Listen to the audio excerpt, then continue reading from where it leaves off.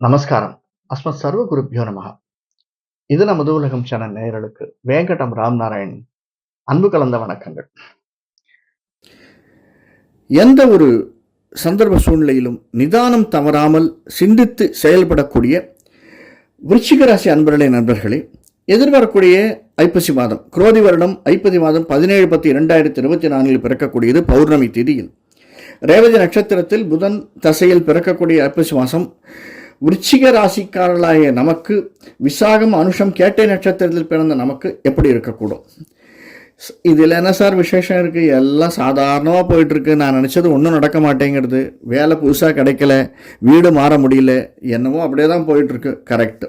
ஆனால் நிச்சயமாக இந்த மாதம் ஒரு வித்தியாசமாக அமையக்கூடும் என்று சிறிதும் சந்தேகம் இல்லை. எப்படி சார் சொல்கிறீங்கன்னா, கிரக பொசிஷன் பார்ப்போம்.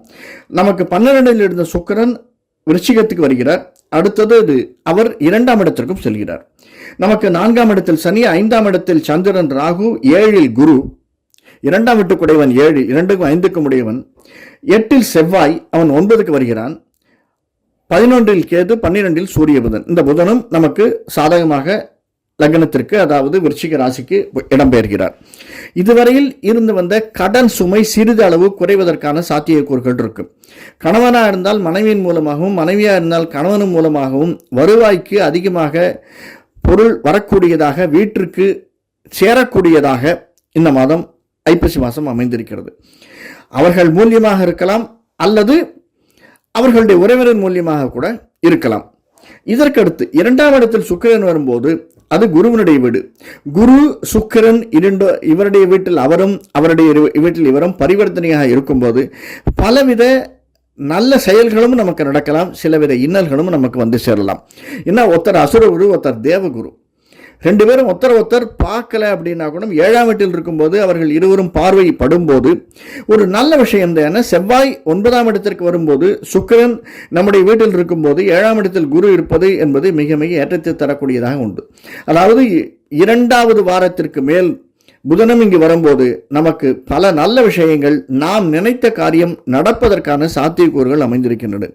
அதுவும் நம்முடைய உறவினர் மூலியமாகவோ நண்பர்கள் மூலியமாகவோ கூட அமைவதற்கு ஒரு டிரான்ஸ்ஃபர் எதிர்பார்க்கிறோம். நம்முடைய நண்பர் ஒருத்தர் ஒரு வழிகாட்டுறார், அல்லது ஒரு அப்ளிகேஷன் போடணும், ஃபாரின் போகிறதுக்கு ஒரு அப்ளிகேஷன் போடணும், ஒரு டூரிஸ்ட் பிளேஸ் போகிறதுக்கு அப்ளிகேஷன் போடணும், அல்லது அயோத்தி போகிறதுக்கு நம்மளுக்கு ஈஸியாக ஏதாவது வழி இருக்கான்னு பார்க்கணும். இப்படிப்பட்ட சூழ்நிலையில் நமக்கு உதவுவதற்காகவே இந்த மாதம் நிச்சயமாக நாம் நினைத்ததை விட எதிர்பாராதது ஒன்று நடப்பதற்கான சாத்தியக்கூறுகள் அதிகமாக இருப்பதற்கு வழிகள் உண்டு.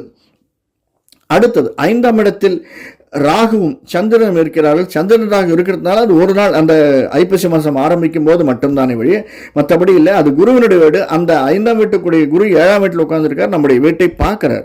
குருவினுடைய பார்வை மிக மிக மேன்மையானது. அதனால் 2க்கும் 5க்கும் உடையவனுடைய பார்வை நமக்கு ஏற்றம் தரக்கூடியதாக அமைந்திருக்கிறது.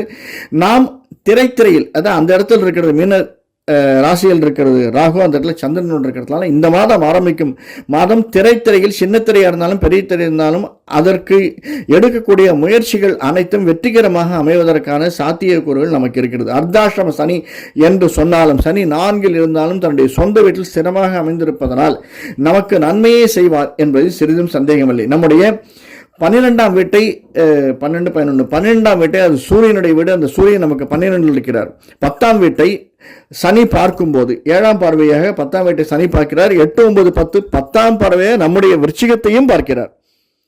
அதனால விருச்சிகத்தை சனி பார்க்கறதுனால என்னன்னா, நம்ம இன்னும் கொஞ்சம் மறைமுகமான நம்முடைய செயல்கள் அதிகமாக செய்ய வேண்டியதாக இருக்கிறது.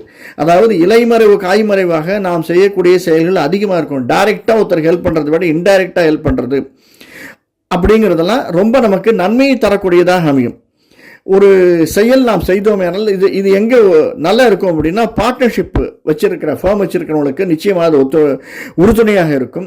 வேற ஒருத்தரை போய் நம்ம அப்ரோச் பண்ணிச்சு வேலை வாங்கிச்சு ஒரு டிரான்ஸ்ஃபர் வாங்குறதுக்கோ, ஒரு அரசியல்வாத ஆன்மீகவாதியை பிடிப்பதற்கு வேற ஒருத்தர் மூலியமாக நாம் அடையக்கூடிய வெற்றி, நாம் செய்யக்கூடிய உபகாரங்கள் நிச்சயமாக நமக்கு மேன்மை தரக்கூடியதாக அமைந்திருக்கும். அடுத்தது இது 4ஆம் இடத்தில் சனி இருக்கிறதுனாலும் 5ஆம் இடத்தில் ராகு இருப்பதனாலும் செவ்வாய் 9ஆம் இடத்திற்கு வருவதனாலும் நம்முடைய ராசி அதிபதி செவ்வாய் 9ஆம் இடத்துக்கு வரதுனால முதல் வாரம் கழித்து நாம் எடுக்கக்கூடிய முடிவுகள், அதாவது ஒரு வீடு மாறணும்னாலோ நிலம் வீடு வாகனம் வாங்குறதுக்காக எடுக்கக்கூடிய முடிவுகள் நமக்கு சாதகமாக அமைவதற்கான சாத்தியக்கூறுகள் நிறைய இருக்குது. அது கன்ஸ்ட்ரக்ஷன் தொழில் இருப்பவர்களுக்கு, ரியல் எஸ்டேட் தொழில் இருப்பவர்களுக்கு இந்த மாதத்தின் பிற்பகுதியில், அதாவது 25 அக்டோபருக்கு மேலே ஒரு நல்ல லாபம் தரக்கூடியதாக, அந்த முதல் வாரம் நாம் எடுக்கக்கூடிய முயற்சி 2ஆம் வாரத்திற்கு மேல் நமக்கு லாபம் தரக்கூடியதாக அமைந்திருக்கிறது. இந்த வாரம் மிக மிக ஏற்றத்தை தரக்கூடிய வாரமாக விருச்சிக ராசிக்காரர்களாக நமக்கு அமைந்திருக்கிறது. அதிலையும் நிச்சயமாக சொல்ல வேண்டும் என்றால் அனுஷம் கேட்டை நட்சத்திரங்களுக்கு நல்லதொரு ஏற்றத்தை இந்த மாதம் நிச்சயமாக நாம் நம்முடைய குலதெய்வத்தையும் இஷ்ட தெய்வத்தையும் வணங்கி வருமையானால் நமக்கு நல்லதொரு ஏற்றத்தை தரக்கூடியதாக இந்த மாதம் அமைந்திருக்கிறது. யாருக்காவது இஷ்ட தெய்வம் முருகனாகவும் நரசிம்மனாகவும்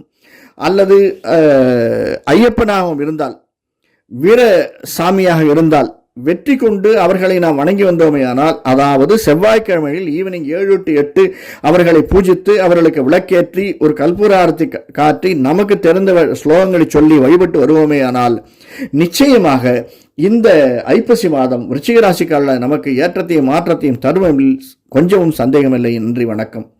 நன்றி. இந்த காணொளி பிடிச்சிருந்ததுன்னா லைக் பண்ணுங்கள், சப்ஸ்கிரைப் பண்ணலாம் சப்ஸ்கிரைப் பண்ணுங்கள், ஷேர் பண்ணுங்கள். வணக்கம்.